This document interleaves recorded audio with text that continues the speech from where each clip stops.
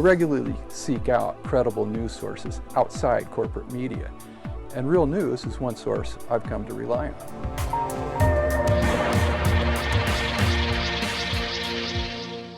As the world waits for change we can believe in, or waiting to see just what kind of change Barack Obama actually plans to bring as president, his transition co-chair, John Podesta, announced that Obama's promise to close Guantanamo Bay is going to be filled early in the administration. Some people have even suggested on his first day. Guantanamo, as everyone knows, is where non-U.S. citizens detained in the so-called War on Terror are being kept. Joining us from New York City to discuss this announcement is Michael Ratner, former president of the National Lawyers Guild and current president of the Center for Constitutional Rights, and for full disclosure, a member of the board of the Real News Network. Welcome, Michael. Nice to see you, Paul. So, Michael, tell us exactly what Obama's promised, and then let's get into the argument. Well, he certainly promised to close Guantanamo. It's been a campaign promise since the beginning. That's one part of the promise. The second part of the promise is to the extent he's going to have people tried, if there's some there that need to be tried, according to the government. He has said he rejects military commissions. Those are two parts of the promise. I think getting from closing Guantanamo to actually seeing the last person at Guantanamo isn't going to happen in a day. But I obviously like the idea that John Podesta is saying he will close Guantanamo. They made a big thing about how it was going to be done quickly on his first day and all of that. There's a little bit of backtracking now where we're hearing it's going to be very complicated. But let's get into some of the counter arguments to closing Guantanamo. And I guess one of the principal arguments is going to be that if you follow the rules of evidence in American courts, many, if not most, of the people in Guantanamo can't be convicted. And within the American system, even on technicalities, courts will allow people who everyone knows committed a crime to go free for the sake of defending the process and defending presumption of innocence. So people argue you can't apply these kind of standards in this kind of situation. How do you answer that? Well, I answer it in a couple of ways. One is what we should be focusing on at first in terms of closing Guantanamo is getting the people out of there, back to their home countries, or to places where they can be refugees, of the bulk of the people at Guantanamo. There's 255 people there. The administration, the current administration, claims that up to 80 might need to be tried.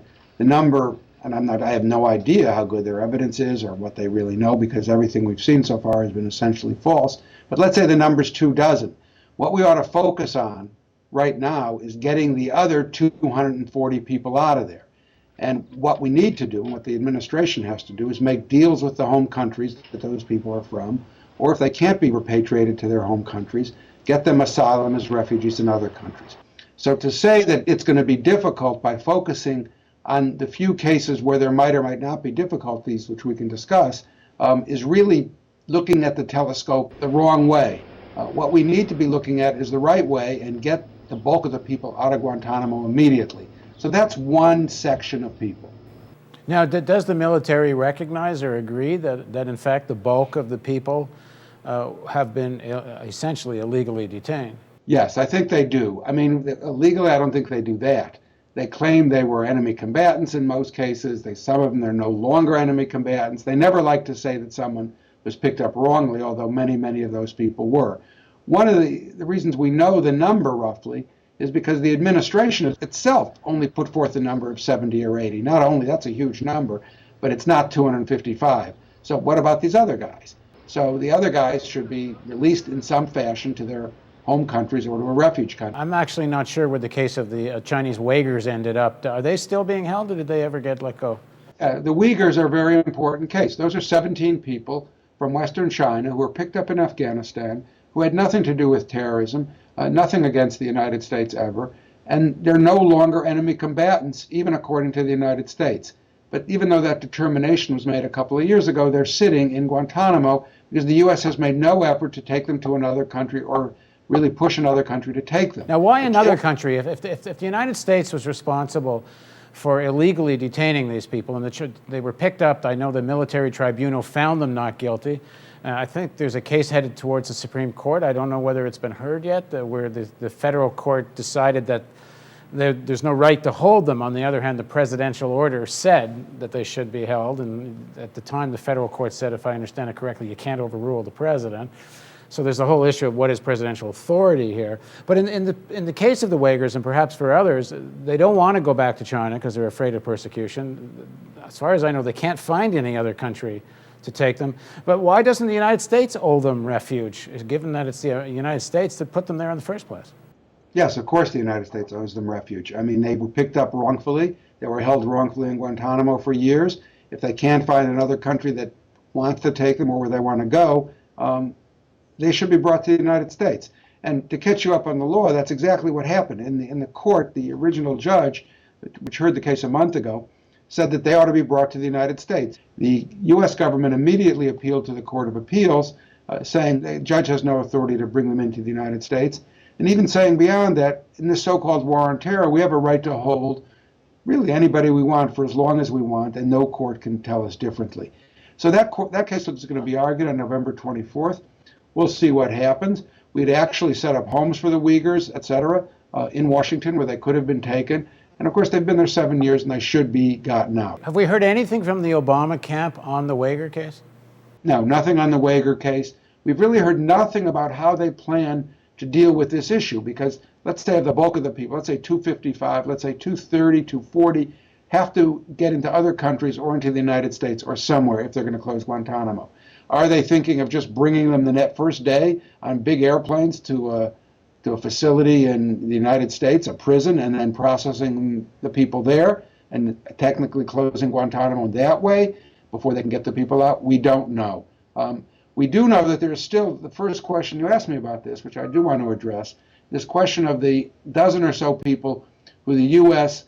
alleges may have been involved in terrorist acts. What do you do with those people? What do you do? Well, the first thing you do is you don't try them by military commissions. If you see all the demands of human rights groups now, it's that these people should be tried in federal courts. If they're going to be tried at all, tried in federal courts. Military commissions allow evidence of torture. They're not reliable. They're an embarrassment in the world. They're everything you shouldn't do. And then getting to your question, well, what do you do if you only have evidence from torture? Well, you got a big problem, a huge problem. But on the other hand, I'm not sure that's the problem. I'm not sure that if they have a person who they think is involved in one of these acts, that they don't have other independent evidence that isn't available from torture, at least from the key conspirators. So do you, if this was an American murder case in an American court, it could even be a serial killer. If the evidence is really bad and tampered with or a bad warrant, it's not out of the question an American court will let someone go who everyone within the American system knows is likely guilty. But to defend the integrity of the process itself, they let the person go. Are human rights groups advocating that level of American law? I think human rights groups are saying you either have to try people or release them. You either have to charge them and try them or release them. You don't have some generic right to hold people because you think they might be guilty of something and because the constable botched up the case, as it were, or because the government did a lot more than that, because they tortured the heck out of people. I think that's a remote possibility. I don't suspect that's what's going to happen here, and I certainly wouldn't, pin the closing of Guantanamo on the fact there might be a couple of very, very difficult cases. I mean, after all, we've been successful in trying a number of people. We tried Moussaoui. We actually got Lind to make a guilty plea. Lind was also tortured, you should understand. He was the so-called American Taliban picked up in Afghanistan, who was tortured badly. They could have never really gotten a successful trial with Lind, at least with that evidence. And so what there was is they negotiated a guilty plea. That's certainly a possibility here. But again, I want to stress that the main issue around closing Guantanamo right now is getting out the 230, 240, even more, getting them back to their countries, getting asylum for the people who can't go back to their countries, or bringing people here. That's what has to be done. Well, certainly Obama has raised the bar himself as this is a litmus test of judging whether he's going to undo some of the abuses of the Bush administration. So we'll be looking forward to see how quickly and how he executes on this promise. Thanks so much for joining us, Michael. Thank you for having me, Paul. And thank you for joining us on the Real News Network. Don't forget the donate button.